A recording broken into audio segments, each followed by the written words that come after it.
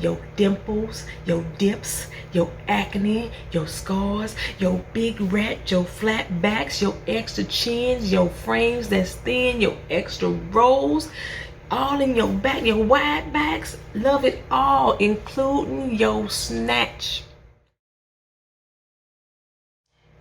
Hey, what's up everybody? Welcome back to My Twisted Lyf TV. I am Poetry. You are here for another recap and review of Little Fires Everywhere Season 1 Episode 2, Seeds and All. As I told y'all last week, we're going to do Episode 3. I'm going to watch it Monday and try to get the video up as soon as possible. I meant to have this up to y'all this morning, but last night I was online on Instagram with DJ D-Nice. He was having that live Instagram party and my phone was dead. I thought I plugged it up after it was over with and I didn't, so my phone was dead, so I had to let it charge fully this morning. So, little fires everywhere. Let's get the house cleaning out the way. We don't like spoilers around here, so don't put spoilers from the book in the comment section. We can discuss what was in the book if it was specific to this episode that we are watching right now. I thank you all for being here. Like, comment, share, and subscribe if you haven't already done so.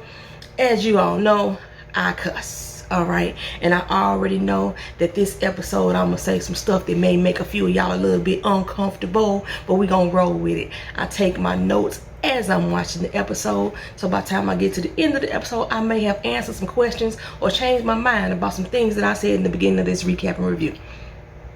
All right, here we go. So, we start off. We jump backwards 14 years to May of 1983. I was like, is that the gremlin? I know it's a Chevette, but we calling it a gremlin for the purposes of these reviews.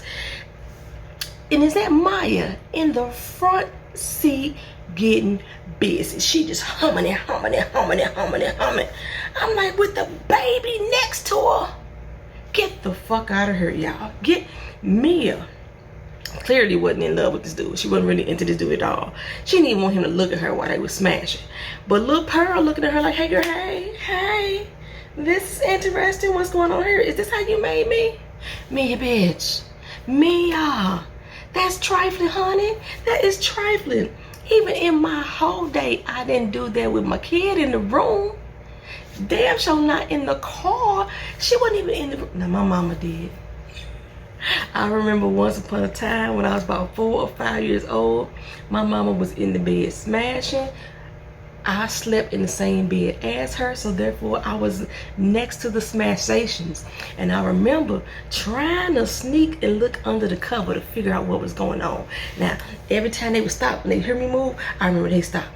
But then they kept going. I remember that shit. And I remember looking underneath the blankets, and that's all you saw was just flesh on flesh. And there was a whole lot of moaning and sweating and some pungent aromas going on. I remember that shit. I had to be about 3 or 4.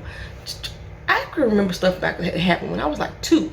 I don't know why I remember it, but every time I talk about it, people are like, you was only 2 then. I remember stuff. So you never know what these kids gonna remember, baby.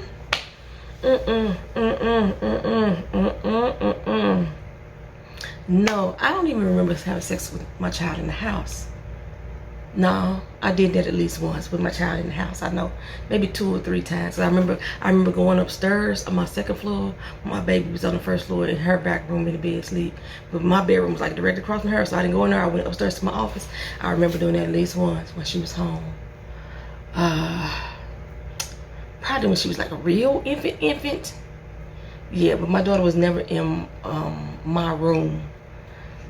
No, I can't do that.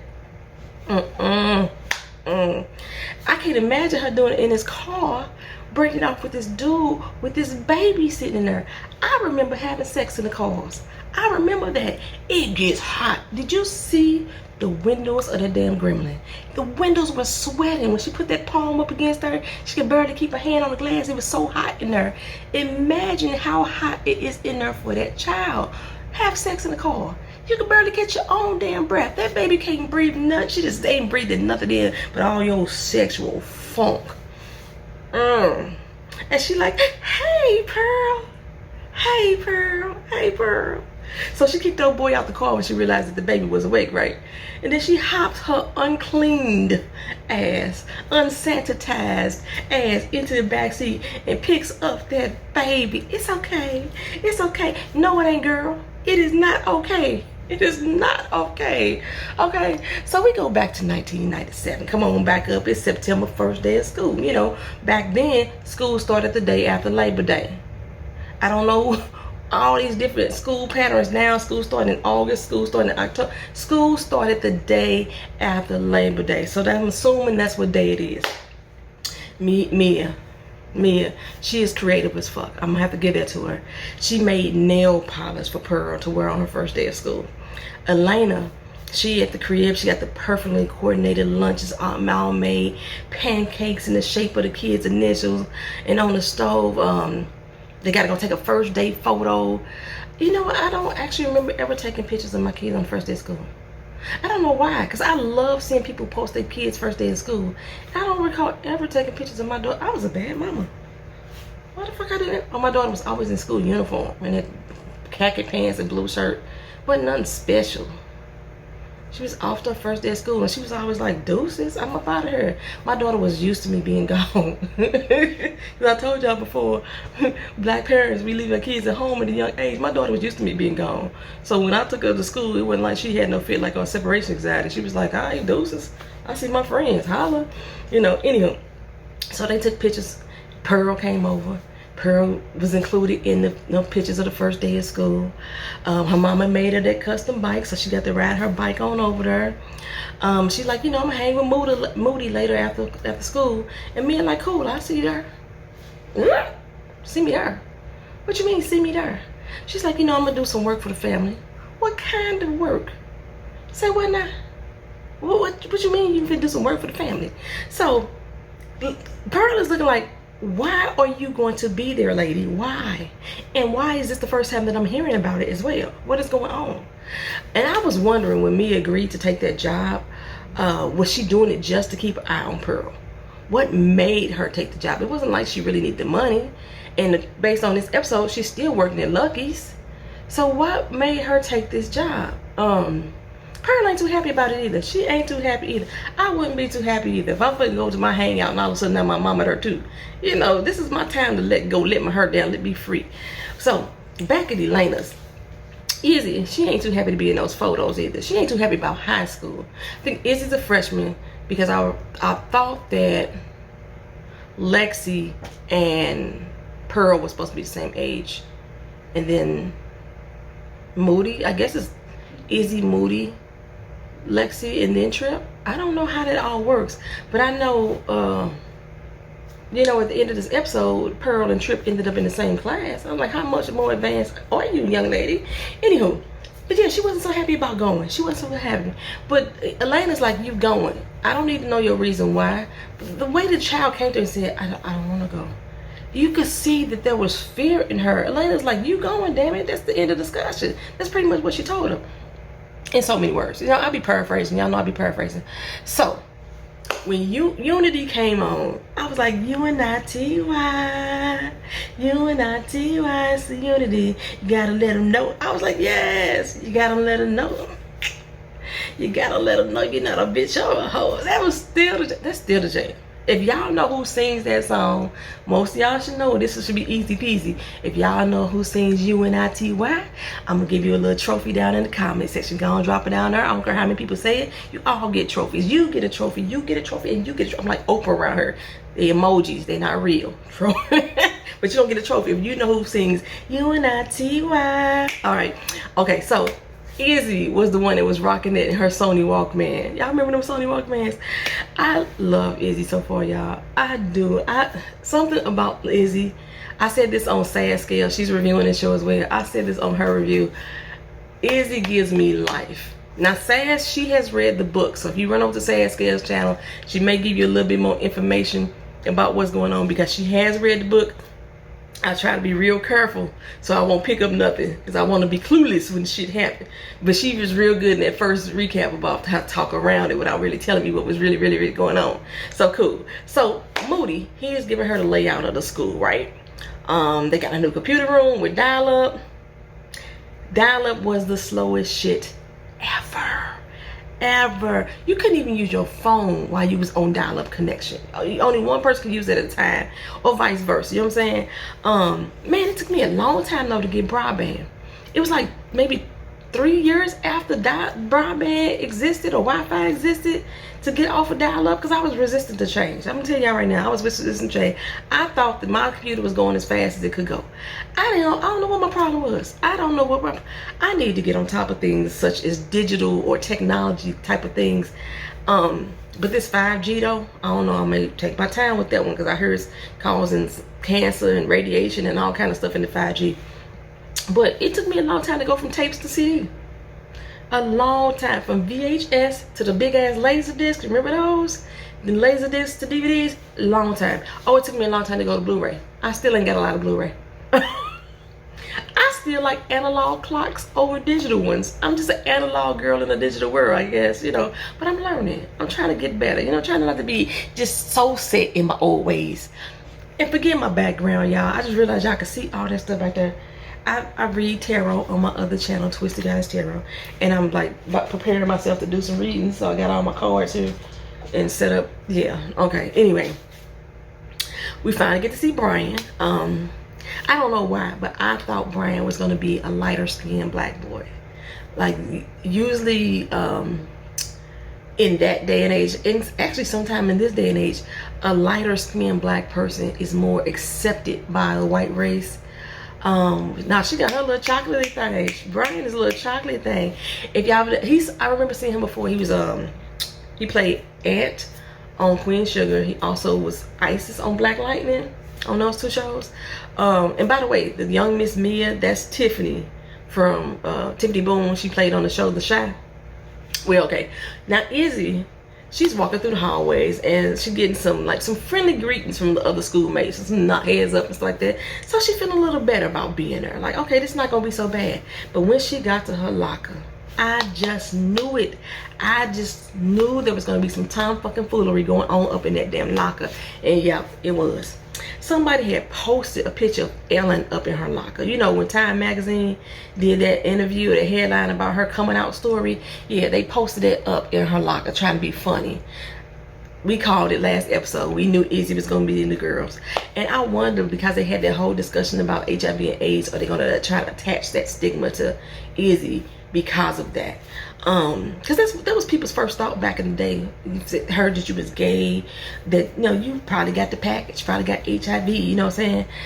I hope they don't. I hope they don't. Anyway, but I do like the realness of this. I do love how she's incorporating all these societal, what's the word I want to say? Abnormalities? Things that was normal in society back into the story. And I just love that.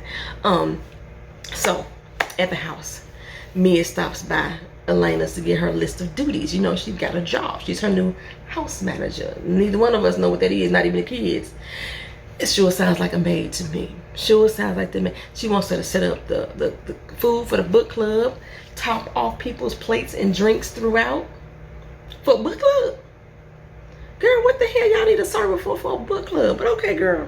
So she then say, you know, I'll pay you more if you even read the book for me. Okay, now you need me to think for you too. You need me to sip your tea to see if it's hot or cold, you know.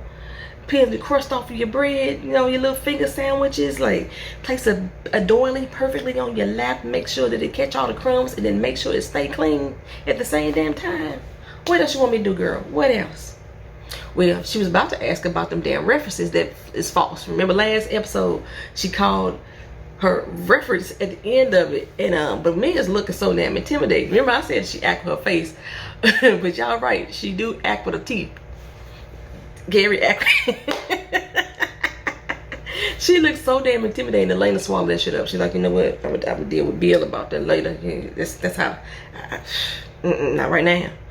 She can't even tell this child when she's supposed to work. You know what I'm saying? Mia like, see you later. She's like, wait a minute, you ain't starting right now? No, my creative juices flow in the morning time, so afternoon is all I can give you.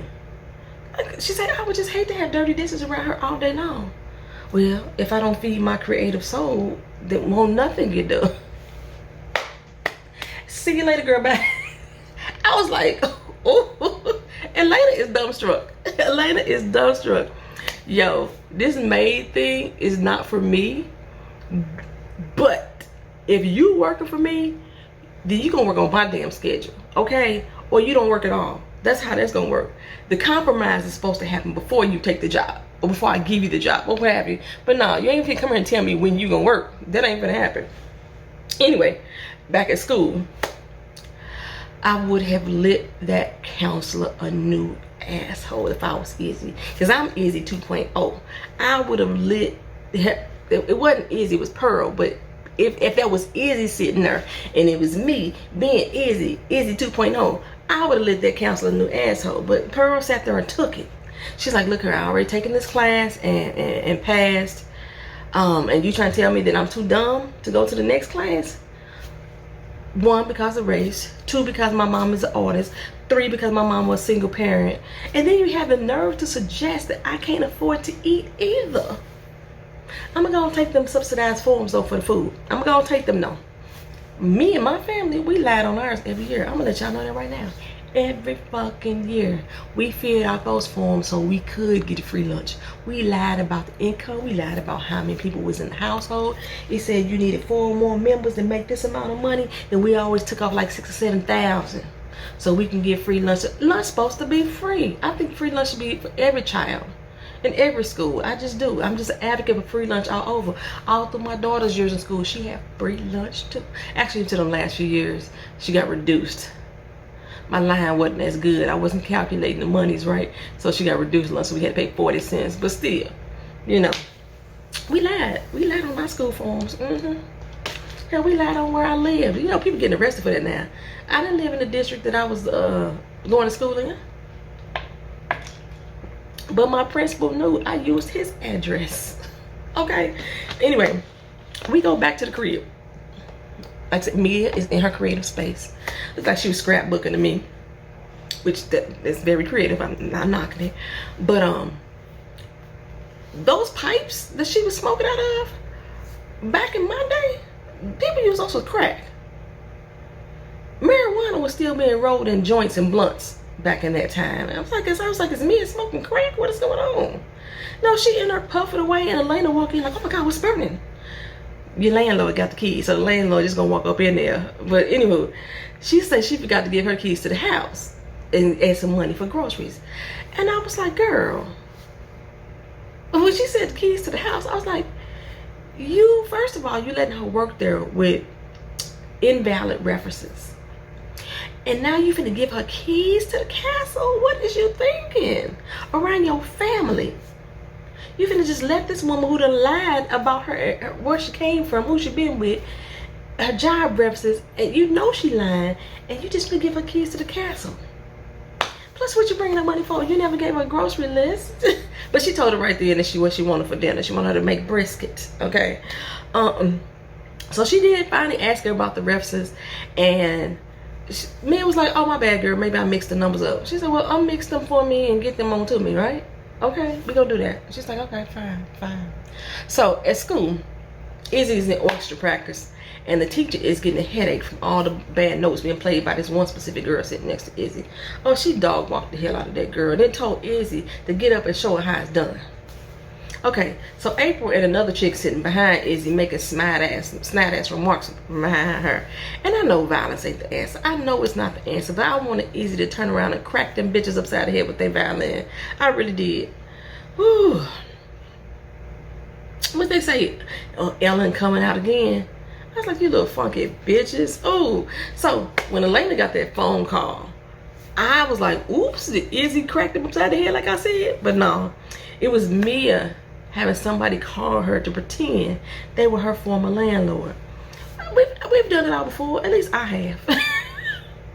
I'm still a reference for a lot of my friends. I'm gonna let y'all know that right now. When they get a job, when they get a loan, I'm their reference. Hell, I'm my own reference sometimes because I have a registered business name that is not my birth name. We ain't got the same phone number, we ain't got the same address, and I know how to change my voice if need be. So if I need a reference, I will be my own doggone reference. Yes, I will. Sure will.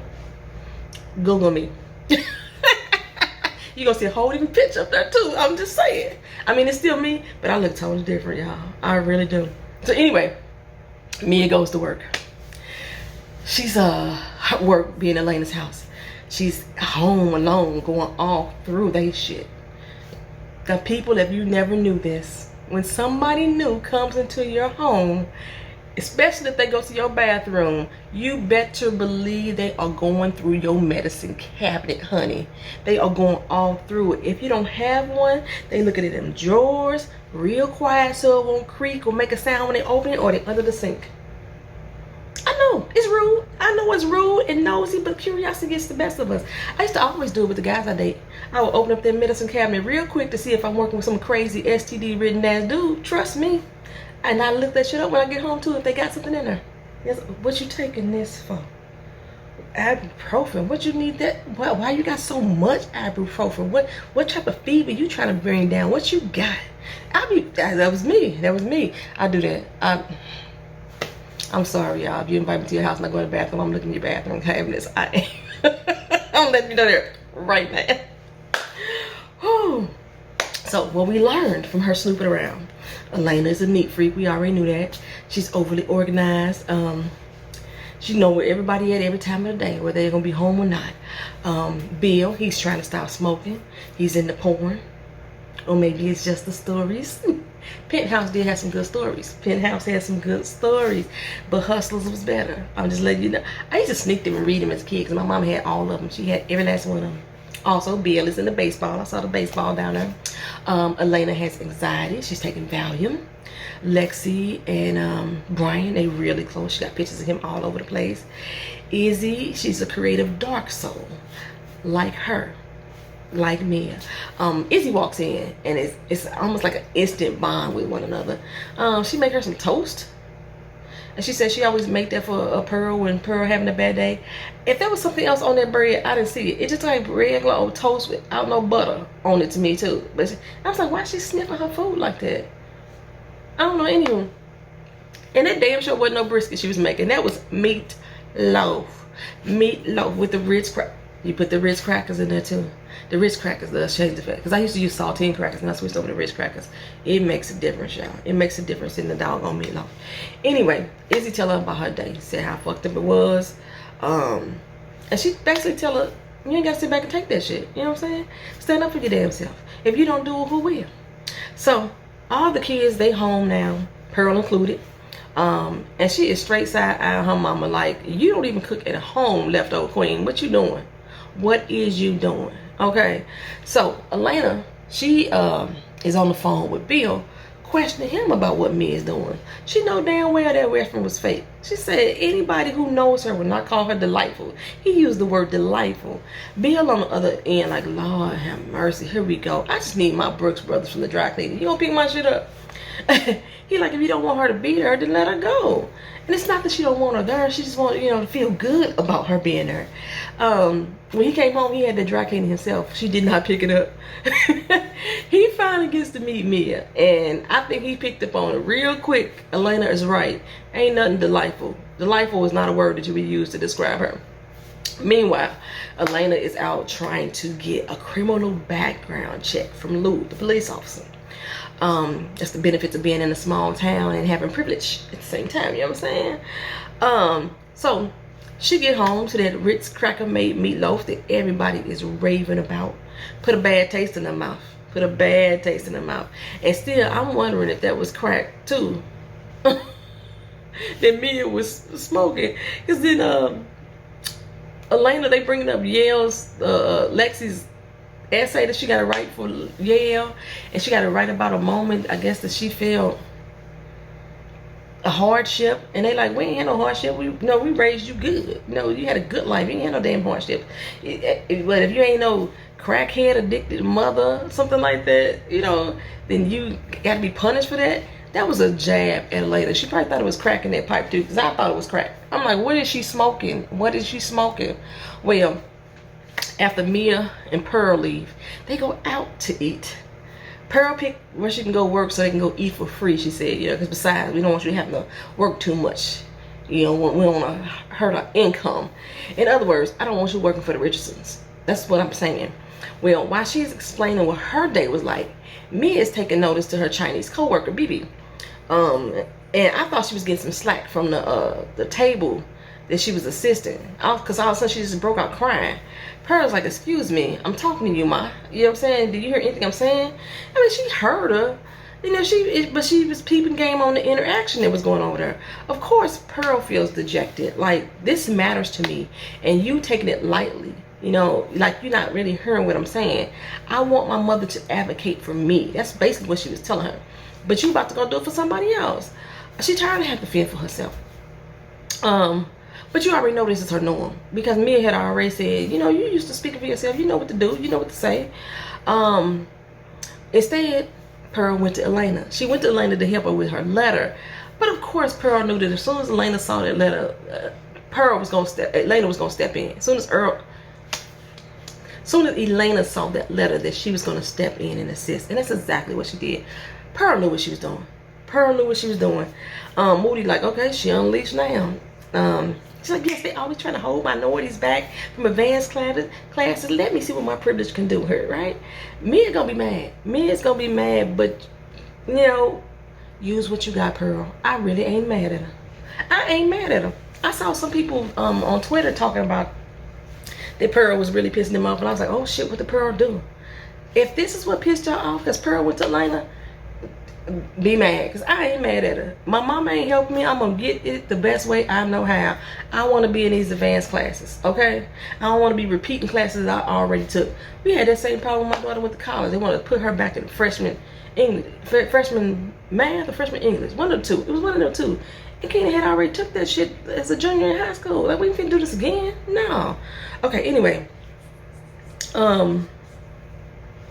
Pearl, oh man.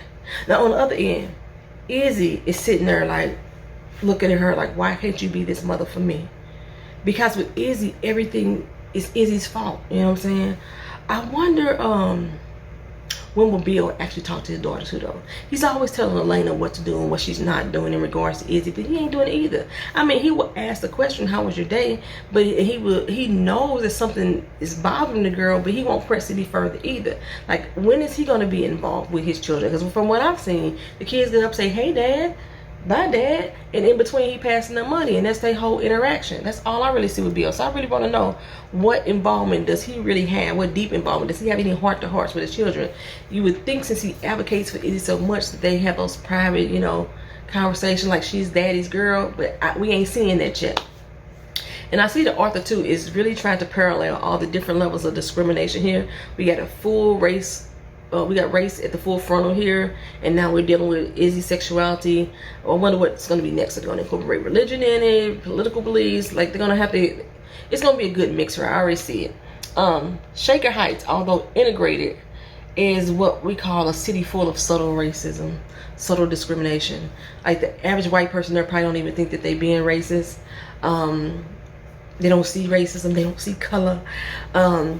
Because they're so integrated, they think that they're being progressive and they're being forward. But to someone like Mia and Pearl on the outside of me, we see it. It's right in our faces. Well, after everybody leaves out the kitchen, Lexi picks up Pearl's letter that she was going to give to the counselor. And she read it. And I was like, what is she finna do? Is she finna go into full mama mode and try to expose the racism herself? Or will she be using this to try to embarrass Pearl? And why, if that be the case? So Mia, she gets an unexpected visit from BB. Scott gave her address. Scott would have got his ass handed to him. Don't give her my phone number. Don't give her my address to anybody, not even family members. But she came bearing gifts, so, you know, I guess, you know, I don't eat everybody's cooking, but let me see what you got there, girl. Let me see what you got there, girl. So Mia had took over her shift the day that she had the breakdown, and this was her way of saying thanks. She probably needed a friend on top of it. And BB had a daughter, probably left her behind to come to America, or maybe the baby child was taken from her. We don't get the full story here because Mia stopped her. And I didn't really want to make assumptions here, but I was like, what happened, BB? What happened with this child? Okay. I'm intentionally not trying to make these videos long, but freaking it's going to go long again today. Okay, so Izzy, she back in class, y'all. Uh-oh. Uh-oh. And here I am about to make an assumption that she about to have another Rage Against the Machine moment at the behest of Mia. I'm ready, but not ready at the same doggone time. She opened up her music notes, and they stuck a picture of that country singer who had came out. What is her damn name? Oh my God. It's not Martina McBride, is it? No. What is the name of it? Bonnie Raitt? Is that who that is? Y'all let me know down in the comment section, was that Bonnie Raitt? It was a country singer who came out and said she was lesbian. And that's who picture was in that damn photo. Damn, I can't remember her name. Y'all know her name, drop it down in the comment section. Anyway, Izzy was about to get into that ass. She was about to get into that ass because them little bitches start saying shit again. Talking about, I bet she could want somebody to look through her window. It was probably going to be somebody with boobs or something like that. And Izzy snapped. But when she did this, the girl who sits next to her came into the classroom and knocked some shit over. And the teacher started getting in on her. So Izzy deflected and snapped on the teacher. Not only did she snap on the teacher, she snapped her little orchestra sticks too. I was like, ooh, Izzy, you about to be in trouble, girl. You about to be in trouble, girl. It was the concert sticks. What are those sticks called? They look drumsticks to me, but concerto sticks, whatever. She snapped that shit. Well, I was like, Elena's not gonna have her back on this one. She's not gonna have her back on this one for sure. Well, she was walking out the office after convincing Garrett, the counselor, to put Pearl in the advanced classes starting today. I don't know what she said to him. Jacked him off in the back. I don't know. She got some pull around town. Maybe she brought him cookies too, the same way she brought Lou. But Izzy was being walked down the hallway by the teacher. Yes, she was in trouble. And we can guess that she got suspended because the next thing we saw her sitting up in Elena's office in the corner thinking about her actions and how her behavior today. And then she threw her the vagina monologue book and told her to read that shit. And truth be told, y'all, the vagina monologues will probably help Izzy a lot.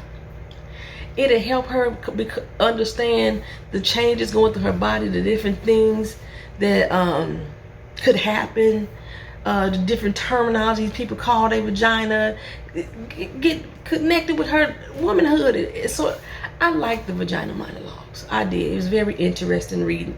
I didn't see the play itself, but I read it. It's very interesting. If you haven't read it, you go ahead and do that.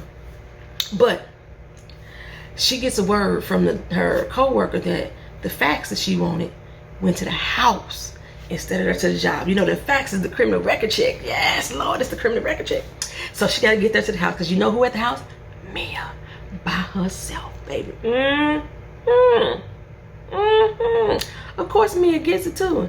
She gets it and goes into a full-blown anxiety. Well, not full-blown, but she goes into a little anxiety attack, a little panic attack. The heavy breaths and breathing and she's shaking and trembling and looking weird and everything. It was like, you know, anxiety swelled up in her chest and it sat there and it was peeking out and looking at the worry that was on her face. Mia probably ain't even her real name for real. Luckily, one of those profiles her. Not a single one of them was her. But Mia like, I got problems now. I gotta fix this. We gotta fix this. So what does she do? She makes the best damn dinner you could imagine. She laid out a spread. She probably made brisket. The table is all lush. Even when Elena walked in, she's like, where am I at? This is my house? You know what I'm saying? She tried to get Mia out the house for a minute and send her to the wine cellar or the fridge out there in the yard, and so she could rush to the office and get the facts herself. And she go through it too, you know, heavy breaths and breathing.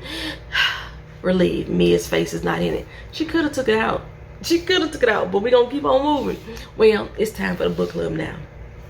Elena ain't read that damn book. She ain't read that damn book. And she was getting called to the carpet on it. Luckily, Mia saved her ass. I was like, these heifers so frigid. These in this room. And the redhead chick, she was right. That is not what Mia was saying. Elena was thinking was not at all what Elena was thinking. But go on, girl, because you sound good right there. You sound really intelligent right now. Mia trying to save her job. That's all that was. She was trying to save her job. Well, over at her crib, Moody is there. Moody done brought Pearl some food. He hijacked from the book club, and now they're about to get high. So I'm gonna say it's Maui Wowie in the pipe instead of crack. Because Pearl says she smokes it too. And Moody wanted to try, so they smoking now. So, you know, I was tripping off the fact that little Pearl was handy with that lighter too. I love how they are making it appear that somebody else could be the fire starter, because I was peeping all the moments that the flame was lit throughout the whole episode. We started off at the beginning with was she lighting it? I might have missed one because I don't remember if Mia was lighting that paint to make the nail enamel, but Elena saw the flame on the stove when she was cooking, and then I remember Mia with the pipe, you know, and the flame, and then we had her with the candle. She was lighting the little burner that she was lighting when she was preparing the food, and then now you got Pearl lighting the flame, and then you got her and Moody surrounded by all the candles, all the little fires everywhere. You know what I'm saying? All throughout the episode. But yeah, at the house, Mia confessed to the lie that she had told about the reference, and how she had her boss call in and say it was for her, because, you know, a single black woman out here with a mother who move around all the time, people don't want to rent to you, and you did. You was not, because you different. You well played, Mia. Well played. She made Elena feel like a savior in that moment.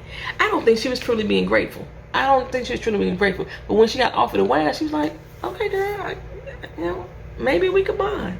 I might actually like you a little, okay?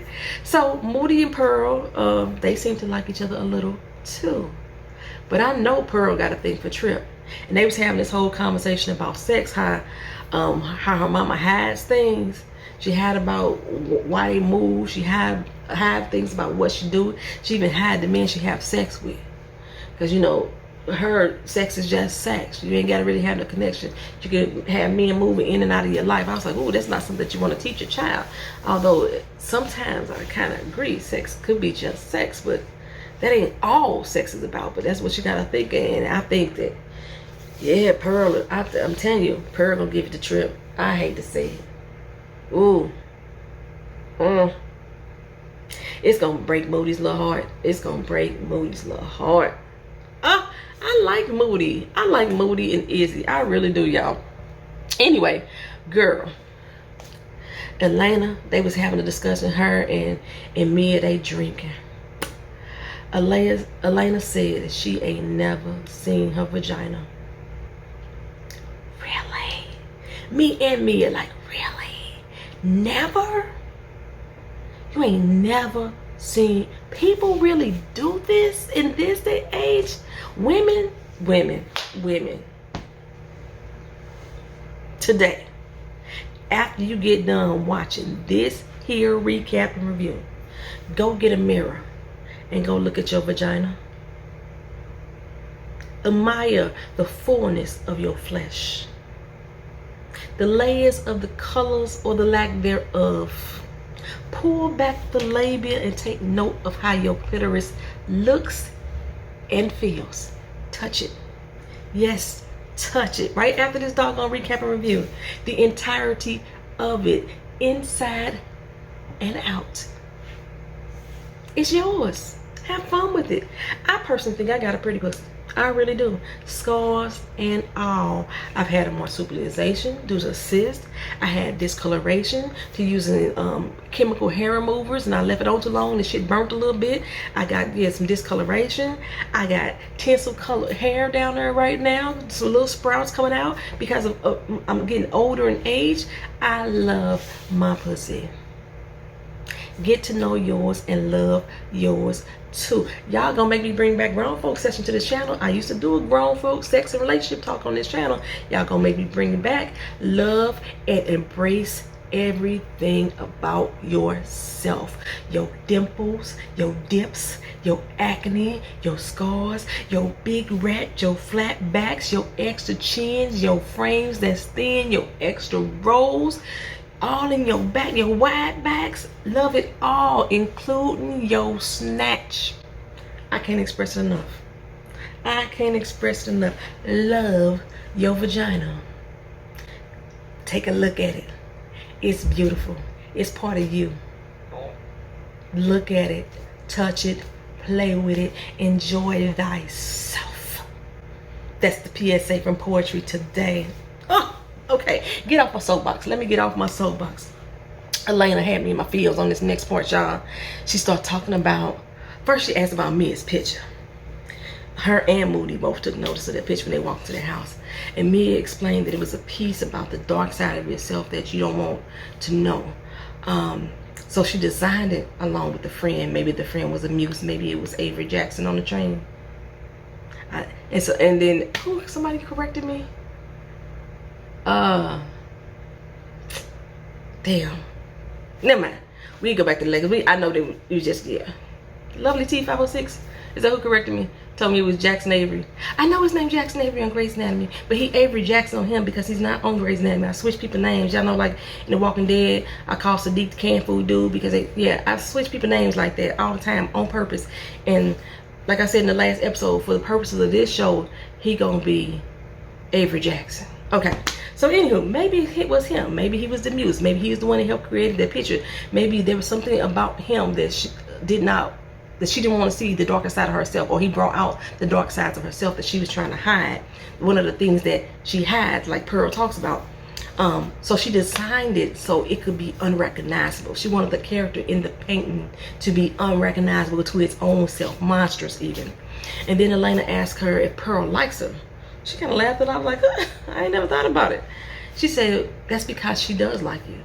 Because when your child don't like you, that's all you think about. So it's, this moment made me tear up a little bit because, like, I was like, so it's not that she totally ignores Izzy. She just don't know how to. She feels like she lost her child. More so than the other children. And because you could tell she was specifically talking about Izzy, not the other three. You know she was talking about Izzy. She was like, when your child doesn't, she goes on to explain about how they needed you the most when they was the youngest, how they would reach for you and they cuddled you and they just loved you no matter what. But now it's not the same, right? And I felt that shit. Like I told y'all before, I love babies. I love babies. It's something about them that is so freaking pure to me, down to how they interact with you, just the way, the amazement in their eyes when they reach out and they touch your skin and they smile and give. I love babies. Oh my God, I love babies. Thinking about babies make me cry. I see babies, I cry. The purity of their youth, it just brings me such joyous tears. I just love babies. I mean, toddlers, you know, they start to get on my nerves, but I still love them too. But when that feeling is gone, like that feeling of not being needed or not being loved, so unconditional, when it dissipates, it's gut-wrenching to say the least. Like, she's saying it's like learning to love the smell of an apple, but wanting to reach out and grab it, to hold it, to devour it, seeds and all. I was like, tagline, that's the tagline right there. And I was like, but hey y'all, don't be going around eating no damn apple seeds, because apple seeds, once you chew them and digest them, they have cyanide in them. I don't know how much cyanide it takes to kill you. It just says high doses. When you look at any type of scientific facts, I don't know what the high dose level, because everybody's tolerance level is different. Don't go out there eating no goddamn apple seed and you get that cyanide in you and then you dead and we don't know the fuck why. Don't do that. Don't eat no damn apple seeds. I understand her metaphor, but no, we don't want to do that. So I'm telling y'all, Elena's gonna crack. She's gonna crack. A couple of you stated in the comment section last week or the other day that y'all didn't think that Elena would have set the fires because of how anal she is, how organized she is. I think that is one of the main reasons why she would do it, because she gonna crack. But the day has moved along. The book club is over. We still have not seen what Lexi did with that letter. Well, Mia and Elena, they was having a moment. And that was quickly destroyed when Elena told her that she helped Pearl with that class. How beautiful Pearl's letter was that she wrote, and she wanted to help her, and so she did. Elena meant no harm. She meant no harm in that moment. I believe in this moment, she did not mean any harm at all. She didn't mean to step on anybody's toes, but Mia felt attacked. Elena was good and drunk though. She was good and drunk. She went to that bathroom, somewhere in the hallway, and looked at her vagina. She was like, girl, it's been looking like that all the time. She couldn't stop looking at it either. If y'all go look at y'all vaginas after this video, y'all come back here and let me know what y'all thought. I'm just serious. Like, my shit pretty. It's beautiful. Okay. Anyway, well, Mia comes home and asks Pearl about the class. Did you get it together? You know, she's like, yeah, I did exactly what you told me to. I took care of it myself. But see, this is just another example of telling a lie with the truth. This is exactly what Mia did when she told her, you know, I just knew that you was going to be a better person and you wouldn't do that to me, so I should have just told you the truth. She was telling her a lie with the truth. Because in this instance, Elena helped her out. Mia went to her specifically for her to help her out, I believe. So yeah, she did it for herself. She took care of herself, even though Elena is the one who got the final job done. But Mia don't like being lied to. Her face, if her face was hands, she would have been snatching Pearl a new life at that moment. I swear for goodness. She had that look like, you just gonna lie to my face? Okay, love you. And how did I know that Pearl's math class was gonna be the same as Tripp's? I thought it, but I didn't say nothing earlier. But I was like, I bet you that math class is Tripp's, and I'll be damned if it ain't. At the end, Mia finally asked BB what happened to her child, and I was sitting there on pins and needles because she took that deep breath, and the motherfucking credits rolled, y'all. I was like, this the end? No. Did she kill her child? Don't tell me. Don't tell me if y'all know. Don't tell me if y'all know. Y'all know I'll be thinking the worst. Y'all know I'll be thinking the worst. Thank y'all for being here. Thank y'all for watching. Like, comment, share, and subscribe if you've not already done so to the channel. Y'all know how we do down in the comment section. I appreciate you all being here. Again, I will watch episode 3 on Monday, and the video will be up as soon as possible after I watch. And then we will be ready for Wednesday night's episode. I got like 1, 2, 3, at least 3 more recaps and reviews to put up on the channel today. Hopefully I get them all done. Peace.